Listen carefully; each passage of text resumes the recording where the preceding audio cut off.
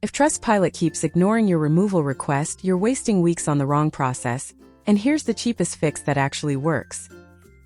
Here's the problem.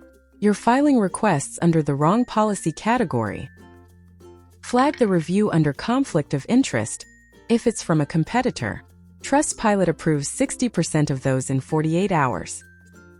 Submit proof of purchase mismatch. Reviews without transaction evidence get pulled in 3 to 5 days. A fake review hits your Trustpilot profile.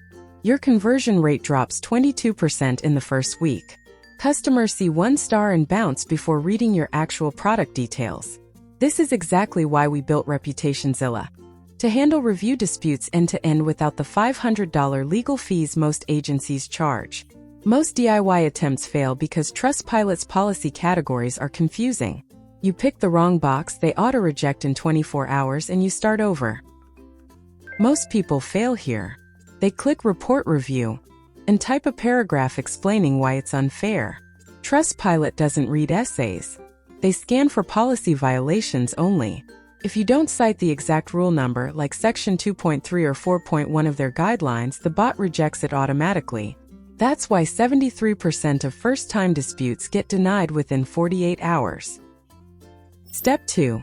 Screenshot your order database showing no matching transaction for the reviewer's name or email. Upload it as an attachment in the dispute form under Proof of Non-Purchase. Trustpilot pulls reviews without proof of transaction in 4 to 6 days. This costs you $0. Or let ReputationZilla handle the dispute for you. We file the policy violation report and follow up until it's removed. Step 3. In the additional context box, paste this exact sentence. This review violates Trustpilot Guidelines Section 2.3, subsection A, as the reviewer has no verified purchase record in our system. This is important. Trustpilot's moderation team looks for specific section citations. Generic complaints get ignored. Citing Section 2.3a increases approval odds by 40% in our internal tests across 300 disputes in 2026. Here's the problem most people hit at this stage.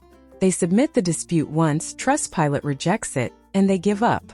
With ReputationZilla, we file escalations to Trustpilot's secondary review team. We know which internal contacts to email, which policy lines to cite, and how to push past the first rejection. Your DIY attempt stops at rejection 1. We keep going until it's gone. Now here's the exact wording for your escalation email if Trustpilot rejects your first dispute. Send this to compliance@trustpilot.com within 48 hours of the rejection. Subject line: Escalation request for review ID. Paste the review ID here. Body: I submitted a dispute on citing Guidelines 2.3a. The reviewer has no verified purchase in our transaction records attached. I request secondary review under your escalation policy per section 9.1. Attach the same proof screenshot. Escalations get reviewed by humans, not bots, and approval jumps to 65% within 7 days. Or skip all this and let ReputationZilla do it for you. This review violates Trustpilot Guidelines Section 2.3, subsection A, as the reviewer has no verified purchase record in our system. Flag under conflict of interest with proof. Cite Section 2.3a in your dispute text. Stop wasting weeks. ReputationZilla handles it. Link in description. If this helped, smash like, hit subscribe, and visit ReputationZilla for the complete dispute guide. Visit ReputationZilla.org.